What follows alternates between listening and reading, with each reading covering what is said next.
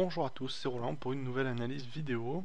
Ce soir nous allons voir le GBP-USD, donc le câble livre sterling contre le dollar. Nous sommes en unité de temps journalière et nous sommes face à une belle hausse aujourd'hui. Alors il faut savoir, donc dans le dernier scénario que j'avais donné, on était exactement rendu comme ça à peu près. Alors j'essaye de tracer ça à peu près correctement. On était en haut ici du triangle et je vous avais donné un avis baissier pour aller rejoindre le support. Pardon, chose qui n'est pas arrivée, effectivement, je me suis trompé, puisque les cours ont cassé à la hausse. Alors, je sais pas s'il y a de raison apparente, peut-être de la news. En tout cas, aujourd'hui, c'est à caractère macroéconomico-fondamental, disons. La hausse d'aujourd'hui, hein, bon, on peut interpréter ça aussi comme on veut, comme un pullback par-dessus, mais c'est surtout le discours du président de la Réserve fédérale américaine, Ben Bernanke, qui a motivé cette hausse sur GBP-USD, enfin la baisse du dollar en fait, puisqu'on le remarque sur toutes les devises, hein, l'euro-dollar a augmenté, tout ce qui était contre le dollar a monté, et les autres, eh bien, elles ont baissé. Donc, pourquoi est-ce que ça a grimpé aujourd'hui sur le GBP-USD? Donc, pourquoi est-ce que le dollar a baissé? Plus simplement, hein, on va pas rentrer on va pas complexifier la chose.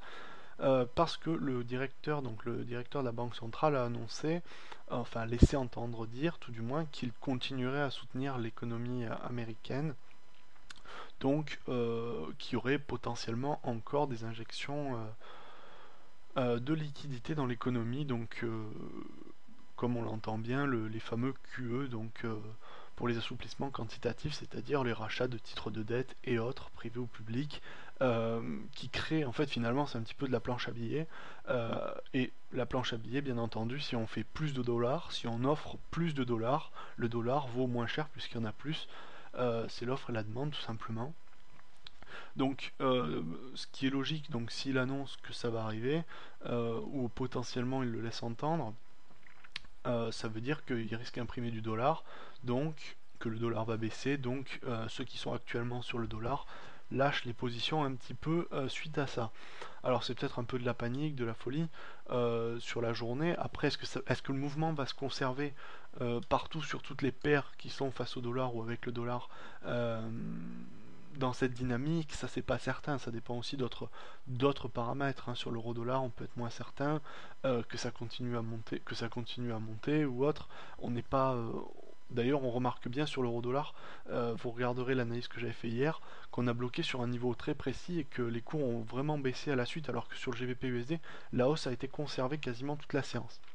Alors sur le GBP-USD, donc je m'étais trompé, je vous avais donné un avis baissier, et on a eu un scénario haussier.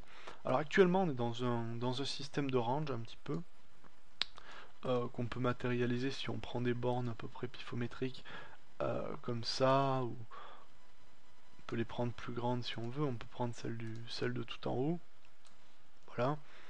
Euh, Ce qui est sûr, c'est que on était sur une zone assez clé ici, une zone un petit peu pivot dans ce cadre-là. Alors je vais vous le tracer avec un rectangle, comme ça. On était dans un range ici défini dans ce rectangle, et on était passé dessous, on était resté bloqué dessous deux fois. C'est ce qui avait motivé un petit peu mon avis baissier, hein. Je trouvais une incapacité des haussiers à casser le plus haut et à rester dessous, rester bloqué. Et finalement, ça a quand même cassé. Et on s'est appuyé ici sur les 1,57,6 à peu près. On est passé au-dessus, on a cassé, on s'est appuyé, et puis aujourd'hui, bien c'est reparti à la hausse sous une annonce. Alors, on avait un triangle ascendant ici, hein, qu'on peut voir, je l'avais peut-être déjà tracé, enfin, j'avais dû tracer un triangle symétrique.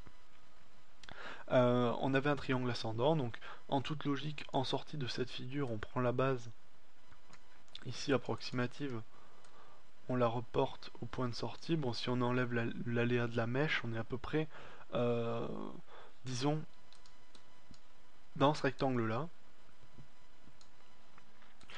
qui est la borne haute disons, du range, hein, puisqu'il n'est pas très précis, hein, il n'est pas défini exactement comme ça, il est plus large ou plus court, il n'est pas régulier en tout cas.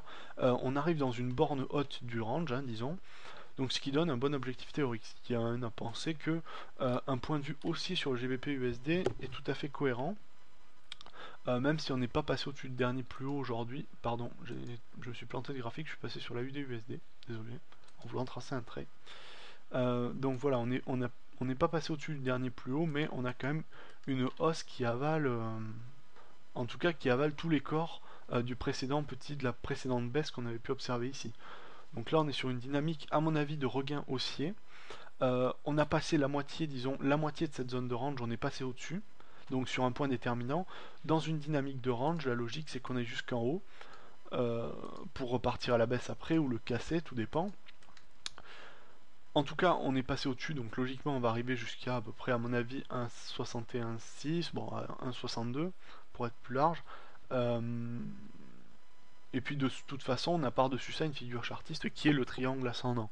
Donc là, d'un point de vue chartiste,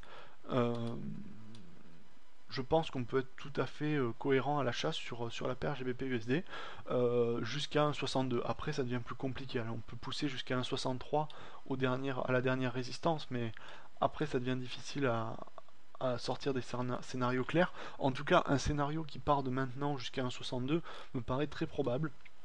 C'est ce qui me paraît le plus probable dans cette dynamique actuellement où on est sur des...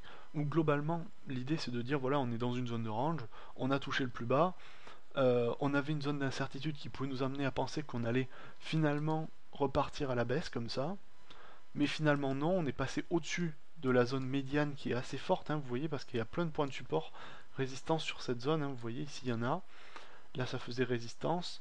Là on avait une zone de support ici, là on en avait une petite et là on en avait une, la résistance. Donc vraiment sur la zone pivot on est passé au-dessus de la zone centrale, la zone médiane des cours de ce range, et on y est passé au-dessus avec vigueur et on rebondit en pullback avec vigueur encore. Donc pour moi tout est clair pour un scénario jusqu'à 1,62. Alors encore une fois je peux me planter, hein, il y a beaucoup d'aléas conjoncturels, comme les discours comme ça, hein, si le discours avait été dans l'autre sens, ça se serait peut-être pas passé comme ça. Néanmoins, ça s'est passé comme ça. Maintenant, on est passé au-dessus de cette zone médiane et je pense que les cours vont continuer à augmenter jusqu'à 1,62 environ. Voilà, j'ai pas grand-chose d'autre à dire parce que là, pour une fois, le graphique est assez limpide. Maintenant, c'est pas certain qu'il me donne raison, que ce scénario soit bon. Peut-être qu'il y en a d'autres. On peut toujours tracer d'autres choses. Mais pour moi, dans la dynamique actuelle, ça reste un scénario cohérent qui me semble valable jusqu'à 1,62. Après, on sait pas.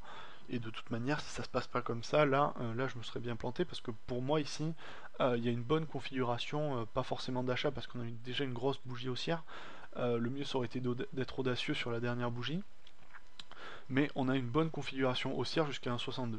Voilà, en tout cas, maintenant, j'espère que cette vidéo vous aura plu, vous aura apporté conseil, et je vous dis à la prochaine.